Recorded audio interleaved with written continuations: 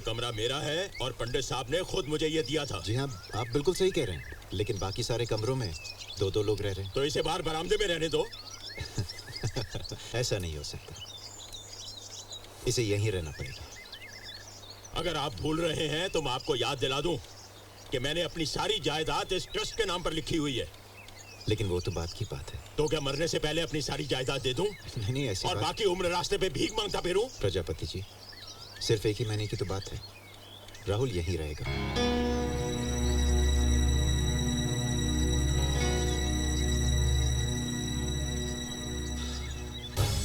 लेकिन ये कमरा मेरा है और यहाँ मेरे असूल चलेंगे।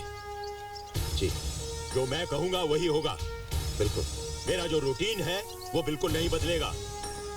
पिछले 7 साल से ये कमरा मेरे ताबे में है, इसलिए यहाँ रहने के असूल मेरे होंगे। बिल्कुल। कोई मेरी चीजों को हाथ नहीं लगाएगा। हाँ। और जब तक मैं सवाल ना करूं कोई मुझसे बात नहीं करेगा। रात को 8 बजे के बाद कमरे में रोशनी नहीं होगी, खिड़कियां बंद होंगी और पंखा तेज नहीं चलेगा। जी। सोने से पहले मैं रेडियो पर हमेशा जयमाला सुनता हूँ। उसके बाद कोई म्यूजिक नहीं बजेगा। जी नहीं। और बाथरूम सुबह पहले मैं इस्तेमाल करूंगा। ओके? राहुल, सुन लिया ना तुमने? हाँ हाँ सुन लिया। एक बात और। हाँ जी। इस कमरे में कोई भी नया रूल बनाने और तोड़ने का हक सिर्फ मुझे होगा। सुन लिया आपने?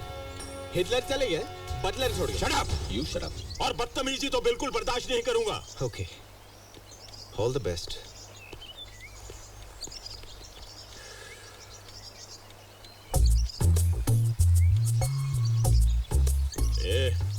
तुम्हें यहाँ आराम करने के लिए नहीं भेजा है। मेरा बैग स्टोर रूम में रखो।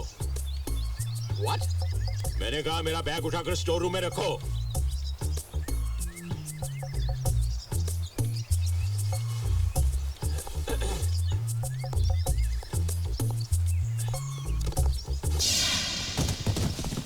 रख दिया।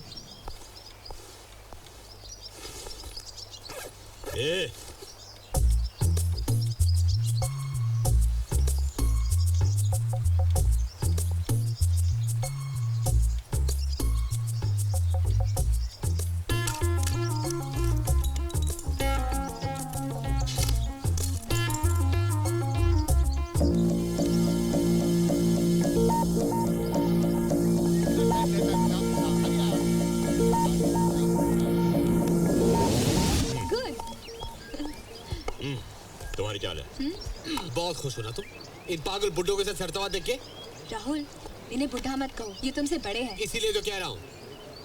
राहुल, तुम्हें यहाँ इनसे कुछ सीखने और समझने के लिए भेजा गया है। अच्छा, और ये बुड्ढे मुझे क्या सिखाएंगे? देखो, तुम इस बात को समझ ही लो कि तुम्हें यहाँ पूरा 1 महीना बिताना होगा, और ये बात तुम जितनी जल्दी समझोगे तुम्हारे लिए अच्छा होगा। अच्छा, या और क्या 1 महीने दीवारों से मकड़ी के जाले निकालूंगा, जमीन पे कटका मारूंगा, इनके लिए खाना पकाऊंगा, इनके कपड़े नदी के किनारे पे सुखाऊंगा, और रात को जब इन बुड्ढों को नींद ना आए तो इन्हें लोरिया में सुनाऊंगा। करेक्ट।